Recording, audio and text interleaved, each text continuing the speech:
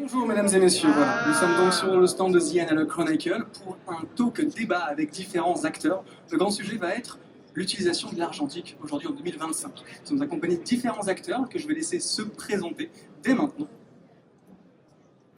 Bonjour, Thomas, laboratoire Club 35. Nous on fait développement et scan en fonction de colorimétrie en fonction des goûts des clients.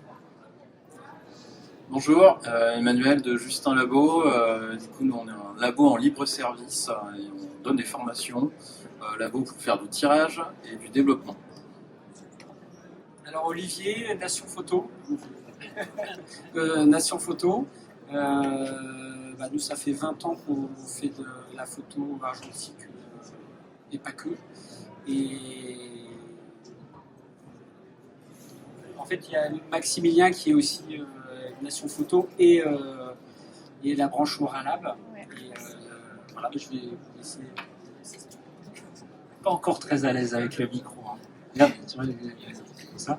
Bon, enchanté, moi c'est Maximilien. Donc, avec Olivier, on a cofondé ensemble Nation Photo il y a une vingtaine d'années.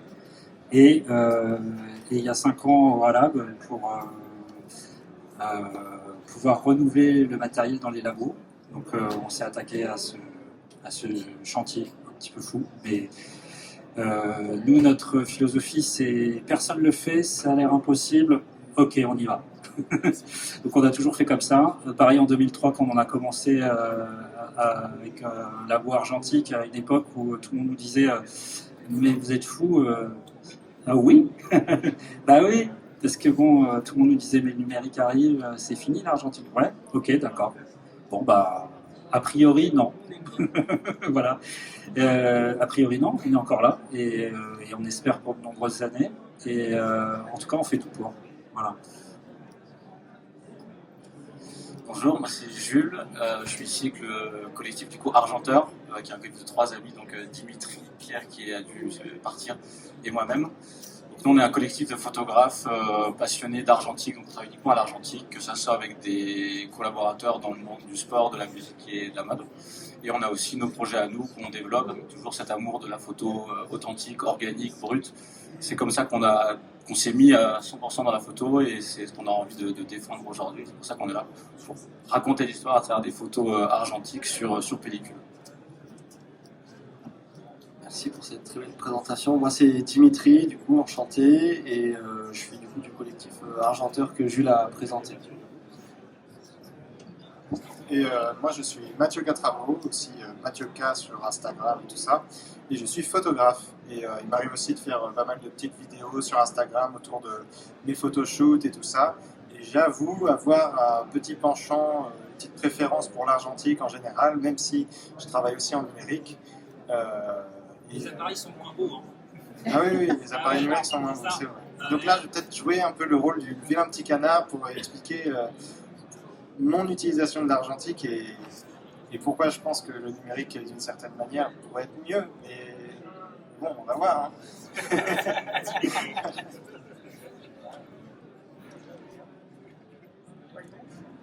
Je vous remercie beaucoup pour ces présentations, vos présentations.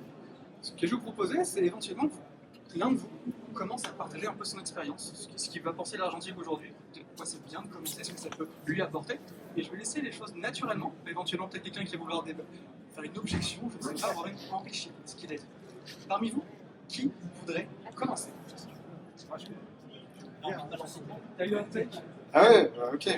Alors, moi j'aime énormément l'argentique, mais pas spécialement pour le résultat. En gros, je considère que le résultat argentique, on peut franchement l'obtenir avec une image prise en numérique dès le début. Parce que de toute façon, l'utilisation que beaucoup de gens font de l'argentique de nos jours, c'est qu'ils scannent. Donc au final, il est mieux en argentique, tout ça. La plage dynamique de l'argentique, elle est égalée et même dépassée par tous les capteurs numériques. Et même dans les capteurs cinéma, c'est encore plus. C'est 17 à 18 stops contre 8-9 en argentique. Et du coup, même la précision et tout ça, on peut le dépasser en numérique. Donc moi, mais pourtant, je préfère quand même l'argentique. Pourquoi? Pour l'utilisation et le plaisir que j'ai d'utiliser mon appareil. J'utilise surtout un Hasselblad et des chambres 4-5. Et le plaisir que j'en tire est incomparable avec celui que j'ai en numérique. Pourtant, j'ai un super numérique, hein, j'ai un GFX 100, bête, un monstre de performance, mais j'ai pas de plaisir à l'utiliser. Et je pense qu'on peut quand même faire de meilleures photos en argentique parce que on prend plus de plaisir à les prendre. Des photos, aussi, on parle souvent on prend plus son temps à faire les photos, on se concentre plus sur le moment, puisqu'on ne voit pas les photos. Donc, dans mes photoshoots avec mes modèles, je prends souvent mes photos et puis ensuite je fais la blague. Ah, regarde la photo, non, tu peux pas. Et puis du coup, tout ce qu'on fait, c'est on discute pendant 3 heures, on fait des photos et on est à fond dans le moment. Et donc, au final, on a des meilleures photos, même si, à mon goût, c'est pas la performance et la technicité de l'argentique qui va faire que la photo sera meilleure, mais plutôt l'expérience qu'on a derrière ça pendant le shoot. Merci pour cet argument en vrai qui, je pense, se tient d'un point de vue ultra technique et comme tu dis, c'est le plaisir qu'on y prend qui fait aussi une grosse diff. Nous, avec Jules, on a aussi, je pense, la dimension philosophique aussi qu'il y a derrière, de repartir sur quelque chose, je disais, on est dans une ère où l'artificiel, le superficiel est quand même omniprésent de mille et une manières. Et d'ailleurs, l'IA arrive plein fer et ça concerne la photographie forcément. Mais donc, revenir à quelque chose de plus lent, de plus matériel, de plus palpable, de plus physique, c'est à la fois un plaisir, mais c'est aussi un rapport à l'artisanat qui philosophiquement nous parle et nous plaît, et dans lequel on prend du plaisir, mais qui aussi raconte des histoires, raconte un rapport à l'authenticité qui est différent, un rapport à la matérialité, quelque chose d'organique qui est différent et qui plaît, qui touche la sensibilité des humains en fait. Donc que ce soit pour des marques, nous on shoot pour des marques, pour des artistes, pour des clubs de sport, ils ont envie de raconter un truc brut, authentique, humain. Et donc l'argentique a un rôle à jouer là-dedans. Et c'est pour ça qu'on est réunis aussi ici, c'est que je pense qu'il y a plein de gens qui s'y retrouvent et qui ont besoin de se retrouver face à quelque chose de plus qui leur semble plus réel, qui les touche plus. Et c'est pour ça que je pense que le résultat final, on va pas les faire en IA et qu'on va rester à faire des trucs bruts, organiques, palpables, qui nous plaisent, qui nous touchent. Et par rapport au résultat final, il y a un truc aussi avec Jules qu'on fait beaucoup, c'est utiliser des pellicules périmées. Et du coup, il y a une part d'incertitude dans les résultats qu'on va avoir. Donc, il y a plein de fois où on a des photos, des rendus, des textures, des couleurs auxquelles on n'aurait même pas pensé. Donc là, en fait, le résultat, au final, c'est comme si on avait travaillé en collaboration avec le temps qui s'est écoulé sur cette pellicule et voilà, les éléments chimiques qui ont fait qu'on a tel rendu auquel on n'aurait même pas imaginé. Donc ça dépasse le côté... c'est vraiment une collaboration dans le résultat final, plus du coup la démarche philosophique de retrouver de la matérialité et de cette brutalité organique des choses. Voilà. C'était juste mon... Je pense que du coup j'ai une question pour vous, et puis aussi pour Auralab, et puis aussi pour les autres labos d'ailleurs, hein, parce que qu'est-ce que du coup un rendu de pellicule brute, qu'est-ce que ça peut être? Justement, c'est une bonne question, parce que je pense qu'aujourd'hui, il y a toute une génération qui n'a quasiment jamais vu autre chose que des scans. Et il faut le dire très honnêtement, moi c'est mon quotidien, hein, je fais que ça. Et le rendu des scans, c'est pas le rendu du film, c'est le rendu du scan. Si vous voulez vraiment voir le rendu d'un film, il faut aller dans une chambre noire et puis le passer sous un agrandisseur. Ça, c'est vraiment une bonne expérience à avoir. Et je voulais compléter ce que tu disais, Dimitri, tout à l'heure. En termes d'expérience, aller dans la chambre noire et tirer ses négatifs, moi, c'est ça qui m'a fait rentrer dans ce métier. Parce que moi, quand j'ai commencé à faire de la photo, il n'y avait que l'argentique, donc on n'avait pas le choix. Je sais, je suis très vieux. Mais moi, ce qui m'a vraiment fait aimer le médium, c'est le labo. Parce qu'en fait, quand tu te retrouves dans une chambre noire avec ton négatif, en fait, il y a un travail philosophique, une introspection qui est incroyable. C'est-à-dire que là, tout est possible, en fait. Et voire même l'impossible. Et ce qui est encore plus beau, je trouve, dans ce métier, qu'on a un peu perdu, c'est que, en fait, une image, avant, c'était une co-création entre un photographe et un tireur. Donc, il y avait quelqu'un qui avait vu quelque chose, qui en avait saisi dans l'instant la force du moment. Et puis, après, dans un second temps, dans l'échange avec une autre sensibilité, avec une autre perception, il y a une réinterprétation de ce moment. Et cette réinterprétation-là, en fait, elle était indispensable. Je veux dire, toutes les images iconiques que vous voyez dans les musées, c'est des co-créations. Moi, je trouve ça dommage d'ailleurs qu'on ne cite jamais le tireur. Je trouve ça hallucinant. Je pense qu'il fait partie du truc, quoi. Le photographe en lui-même, bon, il était là, il a pris la photo, mais le tireur, il a fabriqué l'image. Et j'ai toujours trouvé ça un peu malhonnête, en fait, qu'il n'y ait pas, ce retour, en fait. Parce que, bon, c'est aussi vrai dans le numérique. Hein. Quand tu fais une photo en numérique et que tu passes 5 heures à l'éditer, la personne qui l'a édité pendant 5 heures, elle est aussi responsable de l'image que la personne qui a appuyé sur le bouton et qui a fait la lumière. Hein. Il faut avoir cette honnêteté-là. Alors je sais que c'est pas forcément ce qu'on a envie d'entendre du côté de la publication et de la vente de photos, mais en tout cas c'est la réalité de ce que c'est. Maintenant, moi je vais prêcher pour ma paroisse. Donc on a développé un scanner de film pour les laboratoires. C'est un long projet, un projet difficile, mais qu'on a essayé d'aborder avec une démarche honnête, c'est-à-dire de redonner la place au médium. Et nous, on a fait un scanner qui rend hommage au film. C'est-à-dire qu'on ne va pas donner un look au film, on va donner ce qu'il y a sur le film. Et après, si tu veux donner un look, si tu veux travailler ton image, bah ouais, tu peux faire de l'editing. Et là, il y a un boulot à faire, c'est clair. Mais le rendu du film, c'est pas le rendu Urumitsu ou le rendu Fuji. Ça, c'est des rendus qui ont été induits par la technologie et par les limites technologiques de l'époque.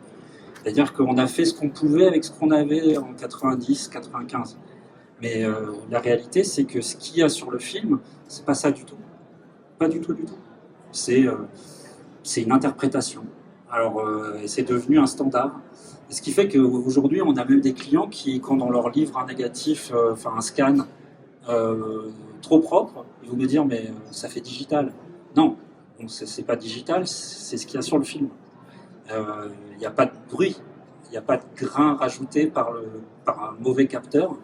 Donc oui, c'est ce qu'il y a sur le film. Et j'invite moi tous ceux qui font de l'argentique à aller dans un labo et de faire un tirage, d'apprendre à faire un tirage. C'est là qu'on découvre tout ce qu'on peut faire avec un film. Et c'est une expérience incroyable. Franchement, si vous prenez du plaisir à prendre des photos en argentique, vous prendrez encore 1000 fois plus de plaisir à aller dans un laboratoire et à tirer vos photos vous-même. C'est vraiment indispensable. Il faut le faire parce que vous passez, en tout cas ceux qui ne le font pas, passent à côté de l'essentiel en fait. Et c'est dommage. C'est dommage. Bonjour. Alors, je voulais revenir un petit peu sur ce que tu disais, comparatif numérique argentique. Et en fait, moi, je fais de la photo depuis que j'ai 7 ans. Une grande partie de ma vie, j'ai fait du numérique. Et je suis revenu depuis à peu près 4 ans à l'argentique pour plusieurs raisons. La première, c'est que, en fait, en numérique, je me suis lassé de faire plein de photos, de les enchaîner, de pas forcément prendre mon temps dans la composition. Et avec l'argentique, en fait, j'ai appris à justement me poser, regarder les gens, la lumière ambiante, comment ça arrive. Et du coup, en fait, j'ai retrouvé ce plaisir que j'avais perdu à shooter en masse, à avoir un rendu numérique toujours très sharp, avec des optiques où il y a de moins en moins de défauts. Ce côté très, très numérique. Et moi, j'aime bien la douceur des couleurs, la profondeur des couleurs, les micro-contrastes. Ces choses qu'on va retrouver sur de l'argentique. Et je trouve que personnellement, récupérer des informations dans des ombres, etc., il n'y a rien de mieux que l'argentique pour faire ça. Parce que on va récupérer tout ça avec une belle douceur. Et on ne va pas être dans des contrastes qui vont être trop forts. L'argentique, c'est pour moi, de l'avoir redécouvert il y a 4 ans, Maintenant, j'arrive plus à shooter en numérique parce que je trouve ça boring en fait. On perd tout cet instinct, tout ce qui peut se passer parce qu'en fait, on se rend pas compte, mais derrière une pellicule, vous la laissez trop près d'un téléphone, vous la passez au rayon X, etc. Il y a plein de choses qui peuvent se passer sur une pellicule qui vont affecter votre résultat. Et des fois, en fait, c'est ce côté un petit peu aléatoire qui fait la beauté en fait de l'image. Je repense à une cliente, elle nous a donné une pellicule qui était complètement périmée. La marque Kodak avait collé sur tout le film. Et en fait, on l'a développé et le résultat était juste incroyable parce que il y avait Kodak qui était imprimé, la photo elle était un petit peu dédoublée, ça faisait une double exposition et le résultat était magnifique. Ce qu'on ne pourrait pas avoir dans le monde du numérique, voilà, ce côté-là. Merci, ouais, bonjour. Moi je voulais rebondir un peu sur ce que tu disais et ce qui est dit un petit peu depuis le début. Je trouve qu'effectivement, quand on repasse à l'argentique, moi j'ai fait de l'argentique quand j'étais très jeune parce que pareil, il n'y avait que ça. Et ensuite, beaucoup plus tard, je suis allé sur le numérique parce que ça me fascinait, c'était sharp, il y avait vraiment des images que j'avais jamais vues jusque-là. Et très rapidement, je me suis ennuyé parce que globalement, oui, je réussissais à obtenir les images que je voyais qui me fascinaient. Quand il y en avait d'autres que je voyais qui me fascinaient, je réussissais à les obtenir aussi. Et au bout d'un moment, je me disais, en fait, c'est assez ennuyeux parce qu'on se fait pas surprendre. On n'a pas de proposition un peu nouvelle et en plus, les fabricants d'appareils photo ont tendance à aller vers ce genre d'image, une image très descriptive. On peut récupérer tout ce qu'on veut, entre guillemets, dans les noirs, dans les blancs, et puis même quand il n'y a pas de lumière, on peut shooter et on peut avoir une image, ce qui est assez étrange, je trouve. Et quand on passe au niveau de l'argentique, effectivement, on maîtrise pas tout et on accepte ça. Et jusqu'au fait, quand on clique avec l'appareil, l'image, on l'a pas. Et du coup, on sait pas ce qu'on a. Et on reste un petit peu, moi, personnellement, quand j'ai l'impression d'avoir shooté quelque chose d'intéressant ou qui me parle, je reste avec cette idée en tête en me disant, mais à quoi elle va ressembler mon image?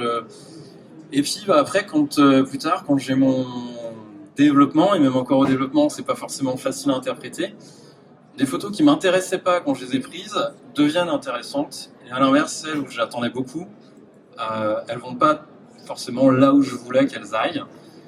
Et en fait, je crois que c'est ça qui m'intéresse, moi, dans l'argentique, c'est que c'est des propositions, un petit peu comme ce que tu disais tout à l'heure, des propositions que j'aurais pas pensé, ou j'aurais pas réussi à emmener l'image à cet endroit-là.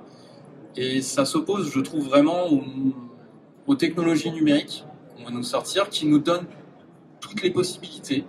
Et donc, c'est nous qui allons décider.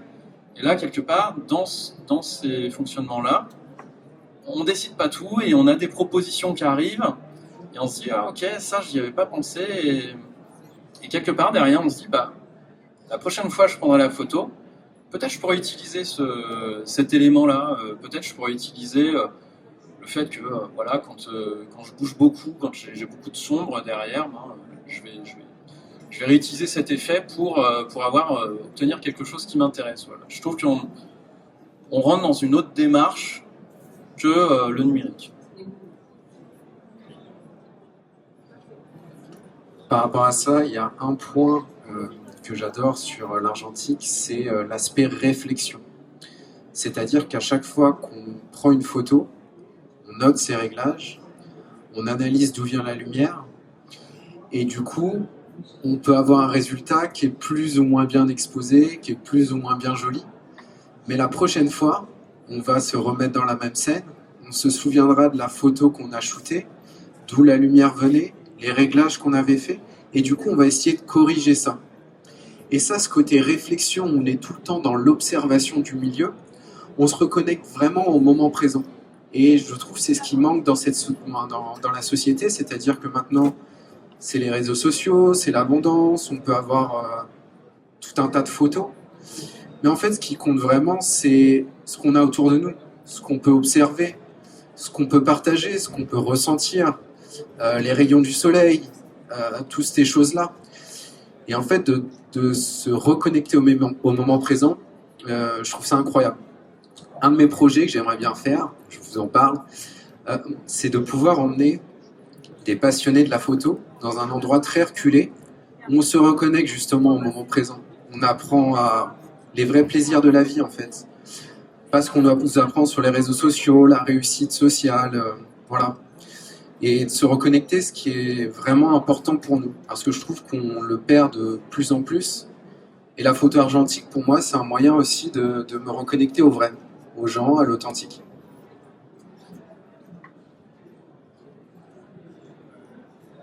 Alors, moi, c'est pareil, la photo argentique, j'ai commencé tout petit. J'avais mon grand-père qui faisait ça, donc c'était normal aussi. J'ai toujours vu des photos traîner. Et quand le numérique il est arrivé, j'ai trouvé ça génial parce que je pouvais faire essayer plein de choses, alors que une pellicule, quand on l'a développée, ça coûtait aussi un petit peu de sous il y a longtemps. Et là, j'avais la possibilité de jouer avec plein de choses. Et très vite, je l'ai utilisé mon réflexe comme une caméra vidéo, parce qu'en fait, je faisais plein de photos et après, j'assemblais, je faisais des petits films. La photo en elle-même numérique m'intéressait pas vraiment. Donc, j'ai très vite été lassé et puis je me suis assez rapidement remis à la photo argentique.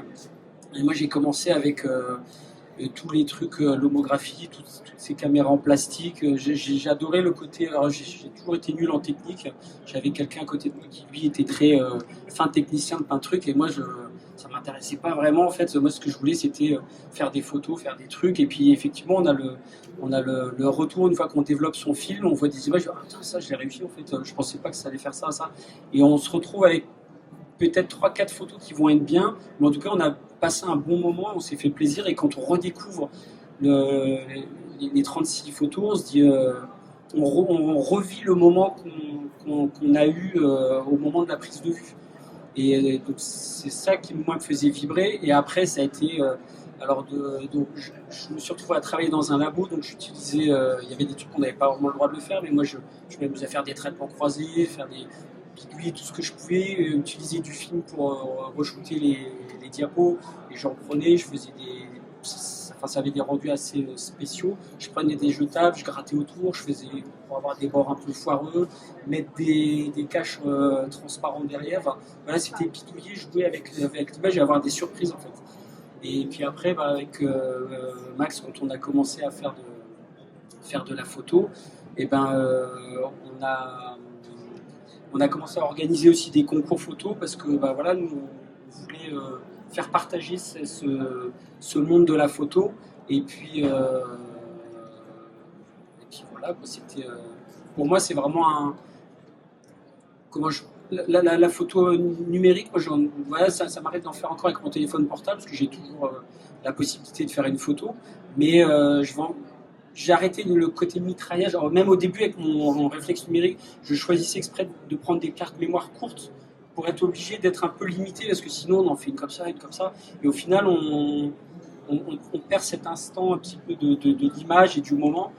Et donc voilà, moi je suis revenu après à la photo argentique, après avoir un peu laissé ça, parce que le boulot faisait qu'on développait les photos de tout le monde, et qu'au final on n'avait plus trop le temps de faire nous de la photo. Et depuis quelques temps là, je m'y remets, je reprends le plaisir aussi de l'instant, de poser, de partir avec mon appareil, et puis d'aller faire pendant 2-3 heures faire des photos. Je sais pas trop ce que tu vas faire, mais voilà. Et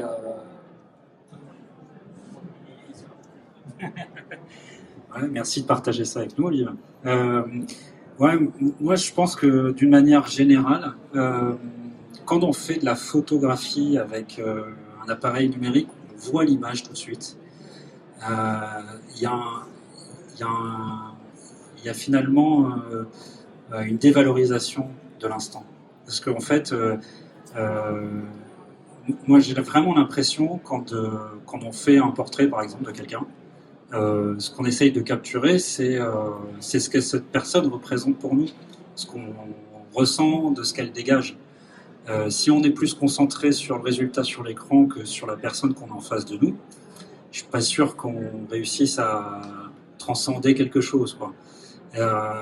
Et il faut l'avouer, franchement, c'est très très difficile de ne pas regarder l'écran si on a un appareil numérique ou si on fait une photo avec un téléphone. Franchement, c'est pavlovien, quoi. Ou alors il faut acheter des appareils photo numériques qui n'ont pas d'écran. Mais là, on arrive dans des trucs qui sont un peu absurdes, quoi. Enfin, moi, je comprends qu'on puisse pas forcément mettre des mots sur pourquoi on préfère faire de l'argentique. Ce que je constate, en tout cas, c'est qu'en 2025, il y a encore plein de gens qui en font, que les gens qui vivent le mieux du software d'amélioration de photos, c'est ceux qui font des filtres argentiques, c'est assez ironique, et les appareils photo qui se vendent le mieux, c'est des appareils photo qui clonent des anciens appareils photo argentiques où on met pas d'écran derrière pour que les gens se concentrent sur ce qu'ils font. Donc à mon avis, ça tend quand même à dire une chose, c'est que finalement, ce dont on a besoin, c'est pas de faire des milliards de photos gratos, enfin, soi-disant gratuites, hein, en appuyant, on pense que ça nous coûte rien, mais en réalité, il a bien fallu les fabriquer, l'appareil, il faut mettre de l'énergie dedans, et puis le jour où on en payera le vrai prix, on verra si ce sera vraiment beaucoup moins cher que l'argentique. Parce que bon, aujourd'hui, les gens, ils ont des milliards de photos dans le cloud, mais pour l'instant, qui paye? Personne. Et le jour où il va falloir payer, ça va être cher, à mon avis, très très cher. C'est surtout ce qui va être cher, c'est quand ça va disparaître, quand il n'y aura plus d'électricité ou qu'il y aura une coupure de courant et qu'on va perdre toute notre vie de photo. On va avoir l'air bête. Ce serait dommage. Alors qu'un négatif, bon, il faut le mettre au feu pour qu'il disparaisse. Il ne suffit pas juste d'une coupure de courant. Mais j'invite quand même à cette réflexion de la quantité et de la qualité. En fait, qu'est-ce qui fait qu'on a besoin d'avoir une photo? Qu'est-ce qui fait que ça nous a toujours fasciné d'avoir une image de quelque chose? Avant, on peignait pour se souvenir des gens, ou pour se souvenir d'un beau moment, ou pour évoquer quelque chose de magique dans le fait d'être vivant. Et est-ce qu'on a besoin de voir des milliards de photos? Je sais pas, je pense pas. Je pense qu'en fait, plus il y en a et moins ça leur donne de valeur. Je pense que, par exemple, moi j'ai une très belle photo de mes enfants. Je n'ai pas besoin d'en avoir 200. Une, c'est bien. Si elle est vraiment belle et si elle évoque quelque chose de puissant pour moi, ça me suffit. Mais pour qu'elle évoque quelque chose de puissant, il faut qu'elle ait quelque chose de puissant aussi. Donc au moment où je l'ai pris, il fallait qu'il y ait quelque chose, quoi. Il fallait qu'il se passe quelque chose entre eux et moi. Et si j'étais plus concentré sur le téléphone, j'aurais pas pu retranscrire cette puissance, je pense. Et c'est ça la vraie question, en fait, qu'il faut se poser, c'est qu'est-ce qu'on arrive à communiquer dans l'image du moment présent? Est-ce que ça dépend de la technique? Est-ce que ça dépend de l'intensité de notre attention? Est-ce que ça dépend du matériel? C'est une question ouverte, hein. Moi, j'ai pas la réponse à toutes ces questions. Moi, tout ce que je sais, c'est qu'avec Olivier, on prend du plaisir à faire de la photo argentique. On a voulu le partager avec le maximum de gens possible en créant des concours, des ateliers, des rencontres. Et en fait, aujourd'hui, on se rend compte que peut-être on n'a pas complètement tort, puisqu'on est encore là. Alors que, franchement, quand on a commencé, on s'est dit, bon, dans 3 ans, il va falloir qu'on trouve autre chose à faire de notre vie, parce que ça n'existera plus. On est les premiers surpris à être encore là. Hein. Donc, moi, je trouve ça magnifique. Et je pense que ça nous appartient pas forcément à nous qui avons grandi avec l'argentique de dire pourquoi ça va exister encore. Je pense que ça vous appartient plus à vous, à votre génération. Mais en tout cas, on est super touchés et super fiers de voir qu'il y a autant de jeunes qui se battent pour que ça existe encore et qui y voient un intérêt. Et surtout, ce qui nous fait vraiment plaisir, c'est d'en voir de plus en plus tous les ans. Franchement, moi, je suis comblé. Non, mais je pense qu'on est tous d'accord sur ce qui fait qu'on aime l'argentique. En fait, au-delà du résultat et de la technique et de la perfection de l'image, le résultat, c'est subjectif au final. Il y aura toujours un résultat plus beau qu'un autre pour quelqu'un, inversement. Mais c'est vraiment la démarche, le côté émotionnel, le rapport à l'objet, le rapport au temps, le rapport à l'humain aussi. C'est vrai que nous, on a beaucoup de sujets qui sont humains et je suis tout à fait d'accord sur le fait que la contrainte technique, en fait, on n'est pas concentré sur les réglages dans la lumière, comment aller, attends, je fais mes tests, ok, ça rend bien, non, on va bouger ça. On est vraiment dans le moment et ça, je pense que c'est important et c'est ce qui fait aussi, je pense, que les jeunes se rapprochent de plus en plus à ça. C'est parce que, comme Dimitri disait, on a du contenu en permanence toute la journée, on est à droite à gauche, on a une attention qui est partout. Et quand on est derrière son appareil argentique, on est posé, on est avec ce qui se passe sur le moment et on prend le temps de faire la photo qu'on imagine. En fait, parce que comme tu dis, on n'est jamais sûr du résultat. Enfin, c'est un tout et je pense que c'est le constat commun, je pense, de toutes les personnes qui font de l'argentique, c'est de se rapprocher plus de la démarche que d'un résultat qu'on souhaite être parfait et se laisser surprendre par des photos qu'on avait oubliées, des erreurs qui peuvent créer quelque chose de valeureux et qui vont pousser une image qu'on n'aurait pas pensée. C'est un peu tout ça. Et l'amour, enfin, je parle au nom d'argenteur, on est très attaché à l'objet, le côté matériel, et comme tu dis, avoir son négatif. Hein. Ces classeurs avec tous ces négatifs rangés, de pouvoir se replonger dedans comme ça et pas scroller des tonnes, des milliers de photos sur une galerie, chose qu'on ne fait jamais. C'est ça, donc c'est un tout que je pense qu'on a fait le tour de tout ce qu'il y avait à dire. Après, je suis d'accord avec tout ce qui a été dit. Juste, nous, pour rebondir sur la partie technique, c'est vrai que nous, on a un collectif de photographes, et pour le coup, l'aspect technique, c'est pareil, c'est pas ce qui nous intéresse le plus. On a un technicien dans l'équipe qui est pas là, qui est le plus technique, mais c'est vrai que nous on est vraiment dans l'approche et se laisser surprendre et la spontanéité et penser tout ce qui est autour de la photo et ce qui fera que la photo raconte aussi son histoire à travers le moment sur lequel elle a été photographiée ou tous les concepts qu'on peut imaginer autour d'une façon de travailler, plus qu'un résultat qui reste quelque chose de très subjectif selon les différentes personnes qui l'apprécient. Juste enfin, merci. Trop d'accord avec trop de trucs qui ont été dit aussi. Pour la petite anecdote, avec Julière, on faisait un shooting à la Cigale pour un concert d'un rappeur et on était à l'Argentique. Les gens nous prennent un peu pour des fous à chaque fois de voir deux jeunes shooter à l'Argentique un concert parce qu'au niveau réglage, au niveau de lumière, c'est ultra changeant et c'est une galère incroyable. Mais en fait, les artistes avec lesquels on bosse, on rebosse avec eux parce qu'ils aiment ça et que nous aussi on adore ça.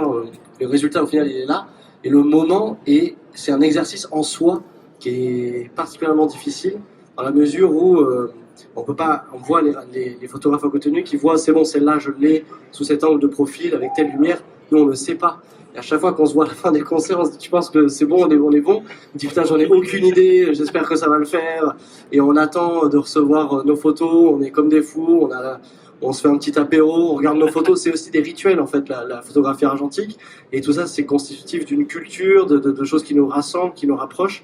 Et donc c'est fort et comme je disais sur le concert hier soir, par exemple je shoot 10 photos en 15 minutes parce qu'au début j'ai envie de shooter trop de trucs, mais en fait on se dit putain t'es à combien, t'es à 15, putain mais t'abuses, il nous reste une pellicule à se partager, du coup on attend qu'il y ait d'autres lumières, peut-être des invités, des guests qui arrivent, des happenings pendant un concert, pendant un événement, pendant un match de foot, c'est un peu le même principe et donc oui il y a un rapport à combien de photos je fais par rapport à qu'est-ce qui est en train de se passer dans la photo argentique événementielle, je dirais, qui est très différente en termes d'exercice par rapport au numérique où on voit les gens bombarder autour de nous et être sûr de ce qu'ils ont à la fin. Nous, il y a l'après, quand on reçoit nos photos, on les regarde, on est en stress et on espère qu'on a les bonnes. Et heureusement, ça va, pour l'instant, on est pas mal. Mais au début, d'ailleurs, on a appris, parce qu'au début, on avait plein de photos absolument catastrophiques. Et au fur et à mesure, on apprend, on grandit avec le truc. Et voilà, ce que je voulais juste dire, c'est ce côté un peu rituel et ce côté exercice. Voilà. Je sais pas si Adrien ou quelqu'un... Toi, tu veux... Ouais, moi je voulais juste aborder aussi une chose dans ces aspects-là, c'est le support final, enfin, le support sur lequel on va regarder l'image. Et c'est vrai qu'aujourd'hui,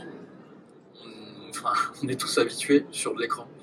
Et pas n'importe quel écran, c'est celui du smartphone. Si je dois dire, je vais regarder une image, je vais faire beaucoup ce geste-là. Et au final, on est devenu, je vais parler pour moi par sécurité, mais je suis devenu trop habitué à ça. Et si je veux, l'image, elle peut avoir tout un tas de dimensions, de tailles. Je peux m'immerger dans une image si elle est grande. Je peux choisir, j'aimerais bien des fois pouvoir choisir aussi la taille de l'image. Il y en a qui fonctionnent bien en petit, d'autres en très grand. Et il y a aussi une différence. Un écran, c'est de la lumière qui est projetée vers nos yeux. Alors que quand on a du papier, ça renvoie de la lumière. Alors ça peut être de la lumière artificielle comme ici, ou ça peut être de la lumière naturelle. Et en fait, c'est des choses qu'on ne voit plus beaucoup aujourd'hui à cause des téléphones portables. Et si je me dis, bon bah ok, mon image, je vais la voir avec autre chose, c'est quoi? C'est un écran d'ordinateur. C'est pas, enfin moi ça me satisfait pas, c'est un petit peu triste si je regarde mes photos sur un écran d'ordinateur. Alors que voilà, le passage au papier, on peut le faire avec du numérique, hein, mais bon, c'est une impression qui va être faite pigmentaire bien souvent. Bon, il y a des papiers, des choses qui permettent de modifier un petit peu, mais ça reste, je trouve qu'on perd une dimension. Alors que voilà, quand on fait de l'argentique, on peut faire du papier avec un tirage fait à la main, où on est encore une fois, on peut le faire nous-mêmes, quoi, et on manipule pas des ordinateurs, on manipule pas des choses qu'on ne comprend pas. En fait, on manipule de la lumière et des objets qui sont très concrets. C'est physique, voilà. Et on n'est pas pressé quand on le fait, en général. Au contraire, plus on est pressé et moins on va réussir à faire un tirage. Et je trouve que ça, c'est aussi important, sur quoi on va regarder nos photos, au final. Voilà. La partie du tirage, c'est un truc incroyable. Nous, on n'avait pas toujours le temps, mais on a pris le temps un après-midi à faire du tirage couleur. Et c'était un bonheur de se retrouver là, d'avoir le temps de vraiment toute la journée à faire que ça. Et alors, bon, la couleur, tu vois pas la photo qui arrive comme ça, mais en tout cas en noir et blanc, quand tu commences à mettre ton papier dans la chimie et que tu as une image qui ressort, c'est un peu comme aussi le tirage, enfin la photo instantanée. Tu as quelque chose de magique donc c'est vraiment l'étape 2 là, de la prise de vue. La prise de vue, tu prends ton temps aussi, mais là aussi c'est pareil, c'est pas comme récupérer son lien de téléchargement et puis voir ces images qui défilent. Et là, le fait de voir quelque chose qui sort d'un bout de papier tout blanc, c'est quand même assez incroyable. Et tu revis encore l'émotion que tu as eue de la prise de vue. Et puis là, tu sais que tu as une palette de possibilités pour changer ta photo. Tu peux lui donner plein de versions différentes. Alors, c'est vrai que je pense qu'on peut faire beaucoup de choses avec l'informatique aussi, hein. Moi, je me souviens, la première fois que j'ai joué avec Photoshop sur un Mac il y a 30 ans, je trouvais ça génial. Mais entre nous, travailler avec des ordinateurs, on en a notre dose, non? Ça va? Je veux dire, donc peut-être que c'est pas mal de s'accorder un peu de temps off, voilà, pour quelque chose d'autre, pour découvrir quelque chose de différent, se donner un peu d'air, quoi. Moi, je prêche pour ma paroisse, hein, je veux vous dire franchement, allez dans un labo et faites un tirage, vous allez passer un moment exquis, parce qu'en fait, ce moment de solitude pour faire émerger une image, il est extraordinaire. C'est un moment avec vous-même, hein. C'est une méditation. Et je trouve que c'est vraiment ça qui parfait cette démarche photographique qui est de prendre le temps de regarder. En fait, pourquoi on fait des photos? Pour prendre le temps de regarder les autres, le temps de regarder ce qui nous entoure, se sentir heureux d'être vivant, d'avoir cette chance d'expérimenter sa vie, de prendre le temps, de ne pas forcément être dans une course à la productivité et à la rentabilité pour tout. On peut aussi prendre du plaisir. Et c'est pas difficile, ça ne demande pas des choses incroyables à mettre en œuvre. La photo, c'est juste de la lumière. Voilà. C'est pas grand-chose. Construire une chambre noire, c'est pas compliqué. Et c'est très gratifiant. Moi, je vous invite à le faire. Il y a plein de gens de très bonne volonté à Paris et en province qui ont des clubs, qui font de la formation, qui mouillent la chemise pour faire passer le savoir. Et c'est très abordable. Donc, je vous invite à le faire vraiment. Le négatif, il a une vie qui est infiniment plus grande que juste l'image. Voilà. Je vous remercie à tous pour cet échange. Je voulais savoir si éventuellement tu avais quelque chose que tu avais commencé en ouvrant. Est-ce qu'éventuellement tu voulais finir sur quelque chose? Ouais, ok. Et je voudrais juste Alors moi je suis content parce que j'ai l'impression qu'on est quand même à peu près d'accord sur le fait que le résultat, on peut en fait le cloner si on veut, mais c'est aussi beaucoup l'expérience et tout ce qui va avec, la matérialité et tout ça de la pellicule qui fait qu'on l'aime tant. Le résultat, il est aussi chouette, hein, mais si on est vraiment motivé, on peut le calquer sur Photoshop, même la pellicule périmée avec on peut faire une surimpression d'un logo Kodak et tout ça. Voilà, si on est motivé, on peut le faire. Non. Mais on peut même réduire la perfection, utiliser des vieux objectifs pour avoir moins de perfection justement dans les images, tout ça. Mais ouais, moi je suis passionné de l'utilisation. J'ai fait quelques fois des agrandissements et ça me passionne de ouf. Avec un peu plus de budget, j'aimerais bien continuer d'en faire et plus souvent. Et surtout le tirage des rouges. Je ne sais pas si vous avez déjà fait des agrandissements, mais le rouge en tirage, c'est incroyable. Je ne sais pas pourquoi le rouge, il doit y avoir une science derrière ça. Parce qu'il n'existe pas en numérique. Ah. Peut-être. Bah oui, mais oui, c'est ça. Mais voilà, du coup, je suis vraiment content. Et puis, essayez bien la pellicule, c'est vraiment sympa. Et puis, trouvez un bon labo qui vous fait des bons scans bien fidèles et sympas. Et puis, même, n'ayez pas peur d'éditer vos fichiers numériques. Si vous le faites à l'ordi, n'ayez pas peur, parce que c'est pas de la triche en fait. Ça se faisait quand même, même avec le magenta, et toutes les couleurs là, des agrandisseurs, ça se faisait. Il ne faut pas avoir peur et il faut juste s'amuser, prendre du plaisir. Enfin, c'est le principal et je pense que vos photos en seront que meilleures si vous faites ça. Merci beaucoup Mathieu. Je voulais savoir pour finir si vous aviez un conseil à donner à quelqu'un qui voudrait se lancer dans l'argentique. Faites-en. Alors un conseil, c'est difficile. Moi, je dirais que l'argentique, du coup, c'est une approche différente et faut s'écouter. Tu parlais de méditation et je pense qu'en fait, c'est toute la philosophie de l'argentique.